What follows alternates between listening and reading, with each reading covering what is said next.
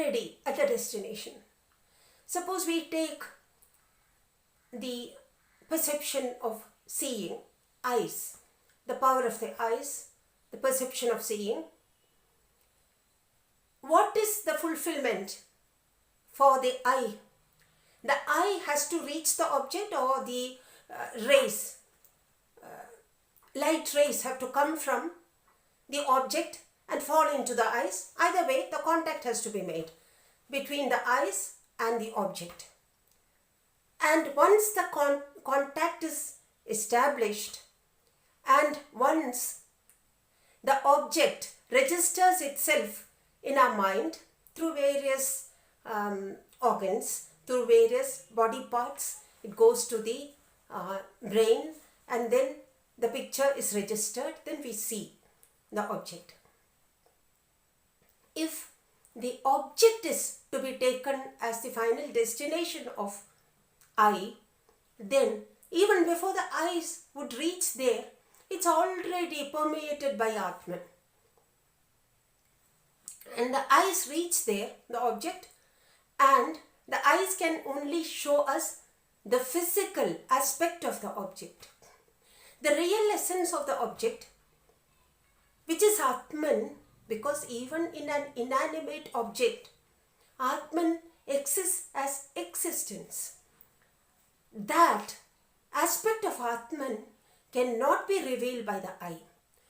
So, even when the eyes reach the object, and when the physical form of the object is registered in our mind, even then the eyes fall short of the destination, in the sense that Atman, which already permeates the object, is not made visible by the eye.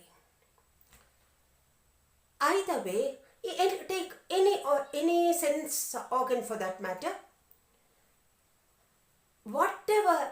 howsoever fast the organ, sense organ, the sense of these are called organs of knowledge.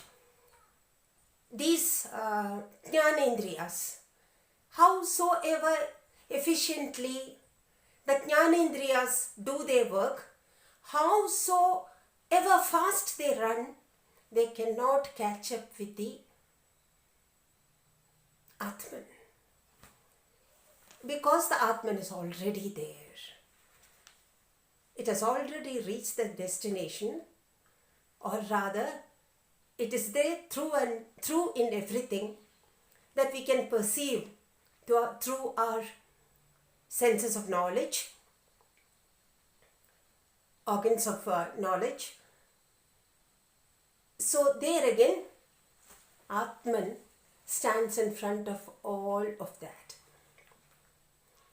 Tad dhavato anyanatyedi tishtat. Tat tishtat. Atman, again we go back to the first word, anejat. It doesn't move. It stays firm. It doesn't go anywhere. Tat tishtat. It stands where it is, firmly rooted. Still, it overtakes the other things which run. The other things which run, sense organs, anything for that matter, anything that can run in the normal vyavaharika sense on a worldly plane, all those things will definitely feel that they are all overtaken by Atman. Atman is always ahead of them. They can never overtake Atman. We can only say that they are always in a state where they have been overtaken by Atman. Tasmin apo madarishva dathati. We know that everything in the universe moves by some kind of force. And the basic unitary force, we call it prana. Here Madarishwa means prana. All the things in the universe, they are energized by prana. Prana makes things move. Prana also distributes the work to each and every thing in this phenomenal world. The sun shines. It is prana that makes the sun shine. Water flows. It is prana that makes the water flow.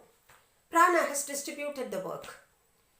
The work of shining is given to sun in the sky and fire. Here on the earth it is fire.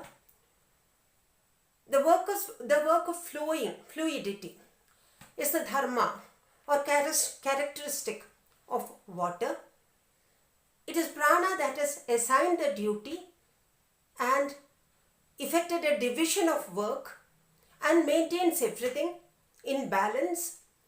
This prana, Madarishwa, this prana itself is energized by Atman. The prana moves in Atman. The prana cannot move beyond Atma. It is within the ken of Atma that prana moves. When we speak of limits of Atma, ken of Atma, we are all resorting to very, very substandard expressions because we don't have anything else to say about this. It's so very difficult to explain this. So, even the Rishi is resorting to a kind of mystic language, a very highly poetic language. And Rishi with all his intuition does it, and then it looks beautiful. And when we ordinary beings try to analyze it and then explain it, there will be a situation where the words of explanation would be vaguer than the thing explained. This is what happens. So we have to leave a margin for all kinds of defects in explanation because the Rishi is describing something which is beyond explanation. Again, let us repeat what we have been harping upon. The first mantra speaks about the attitude to be adopted.